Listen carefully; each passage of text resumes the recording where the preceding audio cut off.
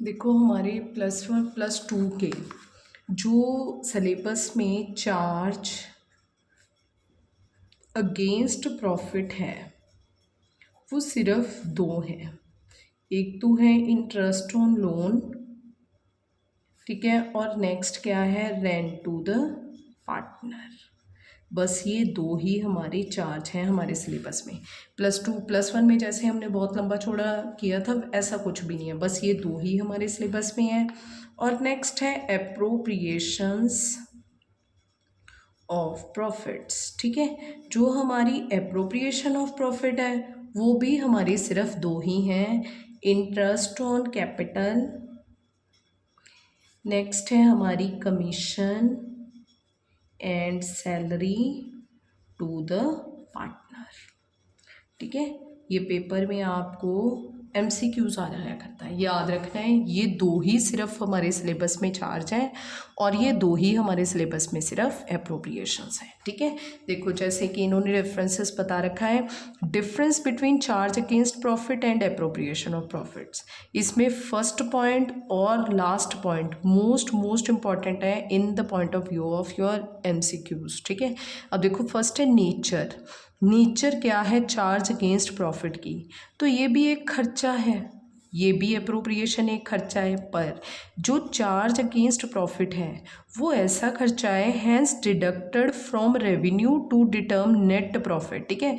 इसे हम देखते हैं नेट प्रॉफिट या नेट लॉस निकालने के लिए, मतलब कि P&L अकाउंट बनाया जाता है, ठीक है। जबकि एप्रोप्रिएशन है वो डिस्ट्रीब्यूशन है नेट प्रॉफिट का, ठीक है। जो हम P&L में से नेट प्रॉफिट निकालेंगे उसको सिर्फ बांटना है अपने पार्टनर्स को एज पर द डीड, जो भी आपकी रेशो होगी, ठीक है। आपने जो भी प्रॉफिट शेयरिंग रेशो डिसाइड की होगी उसी में, ठीक है। अब नेक्स्ट है रिकॉर्डिंग। ये जो है P&L इंचार्ज, ये सिर्फ P&L में शो होते हैं और जितने भी, और शो भी किस साइड होते हैं, डेबिट साइड, ठीक है। याद रखना है एप्रोप्रिएशन भी डेबिट साइड ही शो होती हैं पर P&L एप्रोप्रिएशन अकाउंट में शो होती हैं, ठीक है। नेक्स्ट है प्रियोरिटी। जो चार्ज हैं वो पहले दिखाए जाते हैं, ठीक है। It is allowed before appropriation of profit. सबसे पहले चार्ज देना है, पैसे बच गए तो एप्रोप्रिएशन देंगे, नहीं बचे तो नहीं देंगे, ठीक है। नेक्स्ट एग्जाम्पल, मोस्ट इंपॉर्टेंट, ये एग्जाम्पल आया करती है पेपर में मोस्टली। यहाँ पे है rent paid to the partner, interest on loan, और एप्रोप्रिएशन में salary to the partner, interest on capital, ठीक है। हाँ, ट्रांसफ़र ऑफ P&L का जो आपके पास, जैसे कि अगर आपके पास जैसे मान लो जो नेट प्रॉफिट होता था P&L का +1 में, ठीक है, हम निकालते थे नेट प्रॉफिट। मान लो नेट प्रॉफिट कितना हो गया है हमारा 20,000। अब जो हमारा मैनेजर है, ठीक है, वो बहुत समझदार मैनेजर है, वो सोचता है कि सारे के सारे पैसे ये बैलेंस शीट में कैपिटल में, मान लो मालिक की कैपिटल थी 1,00,000, नेट प्रॉफिट जो मालिक ने कमाया है 20,000। हमारा मैनेजर कहता कि हमने 20 का 20 नहीं मालिक को देना, 2,000 तो हम अपने गुल्लक में रख लेंगे और 18,000 मालिक को दे देते हैं, ठीक है। क्यों? क्योंकि यहाँ पे 2 हज़ार रुपये करके जैसे ही हमारे पास इसकी किश्तें बढ़िया, मान लो चलो 50 किश्तें हो जाएंगी, 1,00,000 रुपया हो जाएगा, तो हम एक बढ़िया सी मशीन खरीद लेंगे, ठीक है। तो मैनेजर समझदार है, वो कहता बाहर से लोन लेने की बजाय हम अपने घर पे ही पैसा इकट्ठा करेंगे, ठीक है। तो यहाँ पे सेम, यहाँ पे जो +2 में आपने P&L अकाउंट से ये नेट प्रॉफिट में से नहीं उठाना, यहाँ पे आप P&L एप्रोप्रिएशन में पहले ये नेट प्रॉफिट से अपने मालिकों को, जो पार्टनर्स हैं, उनको सेटिस्फाइड करोगे, उनकी सैलरी दे दोगे, उनका इंटरेस्ट ऑन कैपिटल दे दोगे, उनकी कमीशन दे दोगे। हाँ, उसके बाद जो बचेगा प्रॉफिट, ठीक है, उसमें से आप पैसा जो है वो निकाल के in the way of reserve रखोगे, ठीक है। तो ये भी हमारे पास एक टॉपिक आया करता है जनरल रिजर्व का, ठीक है। चलो नेक्स्ट, उसके बाद जो टॉपिक है, ये भी क्वेश्चन MCQ में आता है, कहते इंटरेस्ट ऑन लोन जो है by the partner and loan by firm to the partner, बात एक ही है, ठीक है। इंटरेस्ट ऑन लेन देना है, इंटरेस्ट ऑन लोन, ठीक है ना, अपने पार्टनर को देना है, या फिर जो फर्म है, ठीक है ना, वो लोन दे रही है, loan by firm to the partner. अब देखो इंटरेस्ट ऑन लोन जो है by the partner to the firm, जो फर्म पार्टनर है, क्योंकि अब पार्टनर जो है वो इस केस में जो हमारी फर्म है उसे पैसे की ज़रूरत पड़ गई थी, उसने लोन ले लिया मालिक से, ठीक है। अब फर्म का फ़र्ज़ बनता है कि वो पार्टनर को क्या दे दे, लोन दे दे। If partner has given loan, अगर पार्टनर ने लोन दिया है, एडवांस दिया है फर्म को, interest will be paid to the partner at agreed rate, ठीक है। जो भी डिसाइड हुआ था 12%, 18%, जो भी डीड में लिखा है, ठीक है। बट इनकेस डीड में कुछ नहीं लिखा तो कितना दिया जाएगा interest, 6% per annum on loan, ठीक है। और नेक्स्ट मोस्ट इंपॉर्टेंट क्वेश्चन, ये मैंने पता नहीं कितनी बार मोस्ट इंपॉर्टेंट बोल दिया है और ये पेपर बहुत बार पेपर में रिपीट भी होता है ये क्वेश्चन, ठीक है। तो यहाँ पे आपसे नेचर पूछी जाएगी कि इंटरेस्ट ऑन लोन की नेचर क्या है, तो आपने बोलना है चार्ज अगेंस्ट प्रॉफिट। आपने चार्ज अगेंस्ट प्रॉफिट पे टिक लगाना है कि इसकी नेचर क्या है, चार्ज अगेंस्ट प्रॉफिट है, ठीक है। चलो अब हम इसकी जर्नल एंट्रीज पास करते हैं।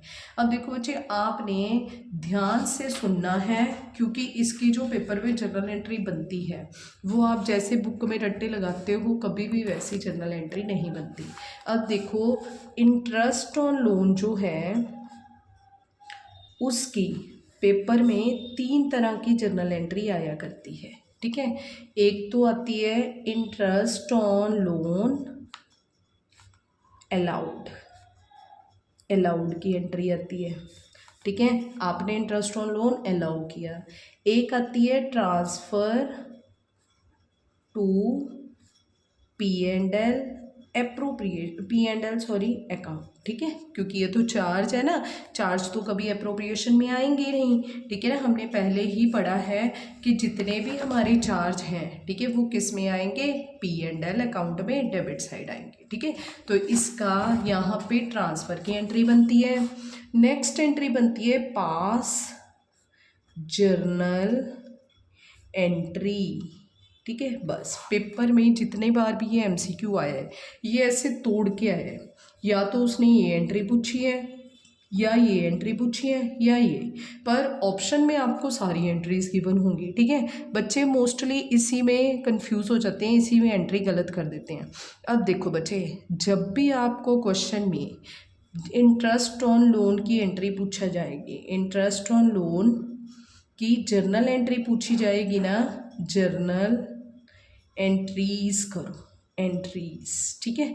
तो वहाँ पे जर्नल एंट्रीज बोलेगा, क्यों, क्योंकि इंटरेस्ट ऑन लोन की कभी एक एंट्री नहीं होती, ठीक है, उसमें हमेशा 2 एंट्रीज पड़ती हैं। तो आप कहोगे कि यहाँ पे तो आपने जर्नल एंट्री ही लिख दी, ठीक है, तो आपकी बुक में भी एंट्री ही लिखी हुई है, ठीक है।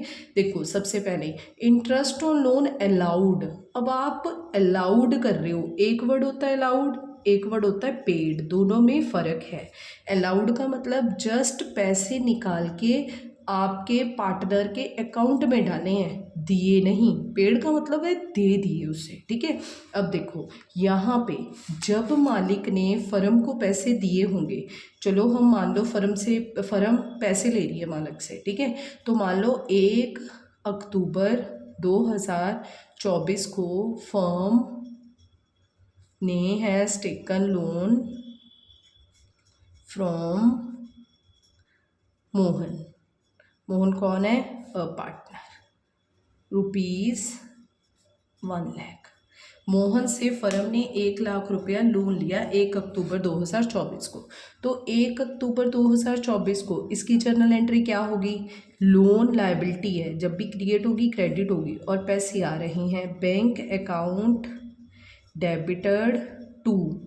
यहाँ पे हम लोन नहीं लिखेंगे अकेला, क्योंकि जो देनदारी है ना वो इंटरनल है, मोहन्स लोन अकाउंट, ठीक है। मोहन का नाम लिखना ज़रूरी है, मोहन हमारा कौन है, पार्टनर है। लो जी, ये एंट्री पास हुई होगी, being loan taken from Mohan, Mohan से हमने लोन लिया है, ठीक है, फर्म ने लोन लिया है।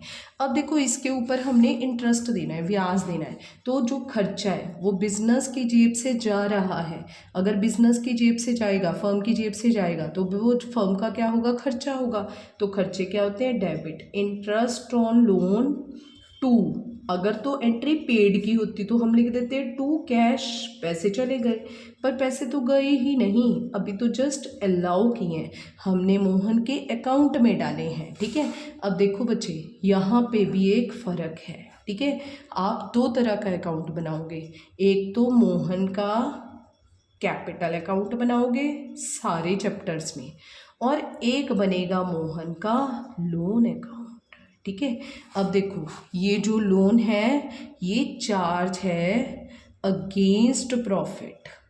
ठीक है, और ये जो कैपिटल है ये है एप्रोप्रिएशन ऑफ प्रॉफिट। ठीक है, और हमने तो अभी पढ़ा है कि चार्ज को हमेशा क्या देनी है, प्रायोरिटी देनी है। ठीक है, तो यहाँ पे आपने जब भी लोन अकाउंट बनाना है ना, लोन लेना है, तो उसके पैसे कभी भी कैपिटल में ट्रांसफ़र नहीं होंगे। ठीक है, उसके पैसे किस में ट्रांसफ़र होंगे, लोन अकाउंट में, अकॉर्डिंग टू सेक्शन 48। ये हम पढ़ेंगे रिटायरमेंट वाले चैप्टर में। ठीक है, सेक्शन 48 कहता है कि अगर आपने किसी से लोन लिया है ना, तो पहले बंदे का लोन वापस होगा, फर्म पहले अपने पार्टनर का लोन देगी, प्रायोरिटी मिलेगी लोन को, फिर उसके बाद अगर कोई पैसा बच गया, ठीक है, फिर हमने कैपिटल देनी है। ठीक है, तो यहाँ पे कैपिटल अकाउंट में ये एंट्री कभी नहीं पड़ेगी। ठीक है, तो यहाँ पे आएगा interest on loan to Mohan's loan account. ठीक है, हमने ये मोहन के अकाउंट में पैसे ट्रांसफ़र किए हैं। अब देखो बच्चे ये लायबिलिटी है ना, अभी हमने मोहन को दिए थोड़ी ना है, तो ये लायबिलिटी है हमारी। पहले तो मोहन को हमने 1 लाख रुपए देने थे, अब कितने देने, 1 लाख के ऊपर। मान लो रेट ऑफ इंटरेस्ट क्वेश्चन में दिया ही नहीं है कि कितना दें, तो ऐसा नहीं है कि आपने ये जर्नल एंट्री पास नहीं करनी है, आपने कितना देना है, 6% देना है। ठीक है, और हमें पता है कि 6% क्या होता है, पर एनम होता है। ठीक है, तो पर एनम के अकॉर्डिंग टू हम इसमें कितने महीने का इंटरेस्ट लगा देंगे, 6 महीने का। 6,000 का आधा कितना हो गया, 3,000 और 3,000। तो अब देखो 1,03,000 रुपये हो गए मोहन को देने वाले। पहले जो है वो कौन सा हमने दिए लोन, ऊपर से हमने उसका ब्याज भी अभी सॉरी देना है। ठीक है, वो भी अभी हमने दिया नहीं। ठीक है, अब देखो सबसे पहले तो ये एंट्री पास होगी कि इंटरेस्ट ऑन लोन जो है 3,000 वो देने वाला है। ठीक है, अब देखो हमारा जो अकाउंट्स होता है उसका पर्पस क्या होता है, क्यों ये सारे हम अकाउंट्स बनाते रहते हैं। मेन मोटिव क्या होता है अकाउंट्स का, कि जो हमारा मालिक है, ठीक है, जो हमारे ओनर्स हैं, जो अकाउंट्स है वो तो बनाता है अकाउंटेंट। ठीक है, और अकाउंटेंट को, ठीक है, अकाउंटेंट जो होता है वो ओनर्स को, मालिक को बताता है कि इस बिज़नेस का आपको कोई फ़ायदा भी है कि नुकसान हो रहा है। ठीक है, तो वो कैसे बताता है, इसके फाइनल अकाउंट्स देख के। और फाइनल अकाउंट्स में हम कौन कौन से अकाउंट बनाते हैं, एक तो इनकम स्टेटमेंट बनाते हैं और एक फाइनेंशियल स्टेटमेंट बनाते हैं। इनकम स्टेटमेंट P&L अकाउंट और फाइनल स्टेटमेंट बैलेंस शीट। ठीक है, तो यहाँ पे जितने भी सारे खर्चे होते हैं, मान लो आपकी जो फर्म है वो 50 साल चली है, क्या 50 साल तक ये खर्चे संभालते रहेंगे, नहीं, हर खर्चा जिस साल हो गया है उसी साल ही उसे ख़त्म करना है। पर ख़त्म कैसे करेंगे हम, किस अकाउंट में डाल के, इनकम स्टेटमेंट में डाल के। ठीक है, तो इसीलिए मैंने कहा था सारे खर्चे जितने भी होंगे उनकी 2 जर्नल एंट्रीज पास होती हैं, एक जर्नल एंट्री पास कभी नहीं होती। ठीक है, तो यहाँ पे क्या हो गया है, अब हमने ये जो खर्चा है ये किस में ट्रांसफ़र कर देना है, P&L अकाउंट में।